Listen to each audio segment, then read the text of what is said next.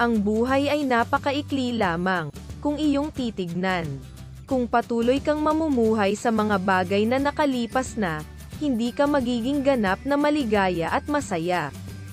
Napakaikli lang ang buhay natin, para sayangin sa galit, puot at inggit. Enjoy your life with love and peace. Napakaikli lang ang buhay sa mundo, huwag na natin gawing komplikado. Umiwas sa gulo, maging masaya at manatiling mabuting tao. Huwag mo nang pilitin yung mga taong ayaw sa'yo. Sadyang napakaikli ang buhay ng tao, hindi natin alam kung kailan babawiin ang buhay natin hiram. Kaya hanggat may panahon pa, hanggat malakas pa ang ating katawan, gawing makabuluhan ang bawat oras na nagdaan. Iwaksi ang masama at gawin ang tama.